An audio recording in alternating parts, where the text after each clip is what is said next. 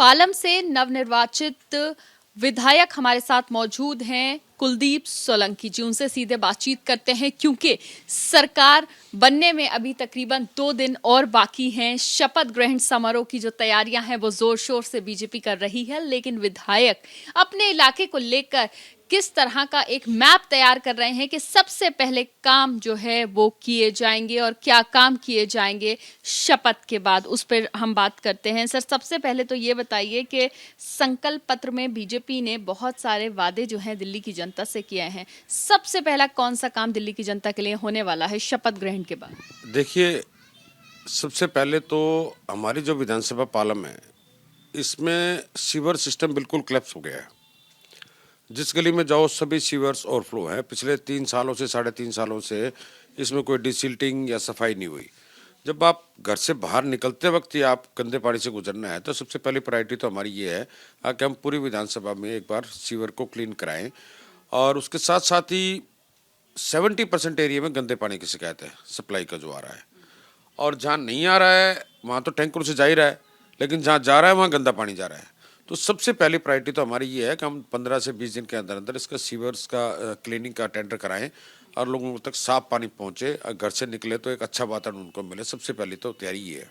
सबसे पहली तैयारी ये है और मुझे लगता है क्योंकि अब बरसात भी बहुत दूर नहीं रही है, आने वाले कुछ महीने में बरसात जो है वो शुरू हो जाएगी, तो शायद अगर आप ये काम कर दें तो इलाके के लोग जो लगातार इस मुद्दे को उठा रहे हैं उनके लिए राहत होगी। और कौन से काम जो आपने अपनी लिस्ट में रख रखे हैं और आपको लगता है ये करने बहुत ज़रूरी? देखिए, पहले तो रोड्स की हालत बहुत ख़राब है और बरसात जैसे आपने भी याद दिलाया, बरसात भी आ रही है बहुत नज़दीक। तो जो ड्रेनेज सिस्टम है हमारा, यहाँ 2-3 जगह पानी भरता है और कभी विधायक ने या किसी ने भी उन चीज़ों पर ध्यान नहीं दिया है।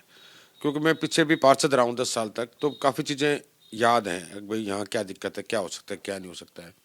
अब तो ये भी बात नहीं है कि भाई कॉरपोरेशन और एमपी साहब या एमएलए साहब ये एक दूसरे पे दोषारोपण भी मुझे लगता है अब दिल्ली में ये खत्म हो जाएगा, क्योंकि काम करना पड़ेगा लोगों के। अब उन्होंने मैंडेट दिया है तो काम करना पड़ेगा।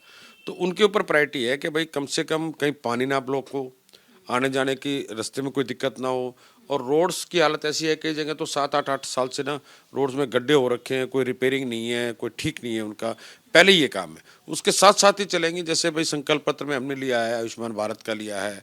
जैसे विधानसभा शुरू होगी, बजट सेशन भी आएगा, उसमें जो विधानसभा लेवल के हैं वो सारे मुद्दे हम उठाएंगे उसमें और सबको उनको पास कराएंगे।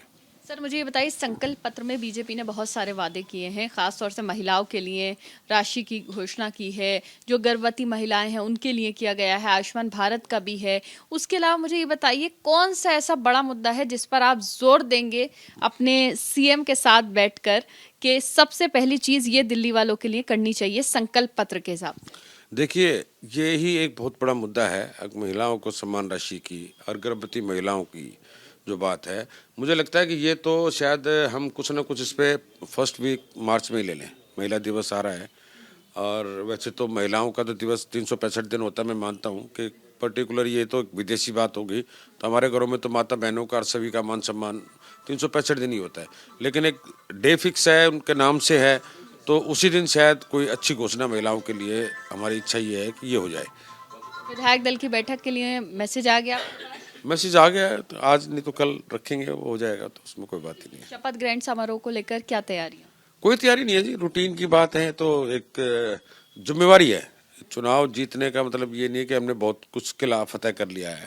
ये पार्टी के कार्यकर्ता हैं हम। पार्टी ने जिम्मेवारी दी कि आप चुनाव लड़ेंगे, हम चुनाव लड़ रहे हैं और पब्लिक ने मैंडेट दिया है, जीते हैं तो पब्लिक की सेवा करेंगे अब।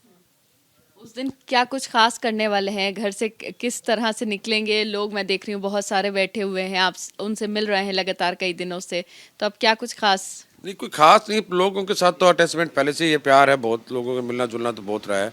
अभी तो कुछ थोड़ा गैप हो गया, कुछ 2 दिन से तबीयत ठीक नहीं थी, इस वजह से थोड़ा कम हो गया। मैंने कहा मैं भी 1-2 दिन के बाद मिलते हैं, वेदर की वजह से। नहीं तो यहाँ तो सब नॉर्मल चीज़ें हैं जी। ये कोई ये इतना ज़्यादा ये भी नहीं है कि भाई हमने तो कुछ करके दिखाएंगे तो उसके बाद ज़्यादा खुशी होगी। मुझे लगता है कि अपने क्षेत्र को कुछ विकास करेंगे, कुछ बदलाव करें, डेवलपमेंट करें अपने एरिए की, तब मुझे लगता है कि ज़्यादा खुशी होनी चाहिए। 1 साल के बाद मैं पालम के सभी को इकट्ठा करके ना उसके बाद बताऊँगा मेरी 1 साल की अचीवमेंट क्या है। ये एक साल की अचीवमेंट क्या है, इस पर बात करेंगे। कुलदीप सोलंकी जी ने साफ तौर से कहा है कि फिलहाल जीतने से ज्यादा खुशी तब होगी जब अपने क्षेत्र के लिए मैं कुछ काम करके दिखाऊंगा। कैमरा पर्सन मेहरबान सिंह के साथ मदीहा, एबीपी न्यूज, दिल्ली।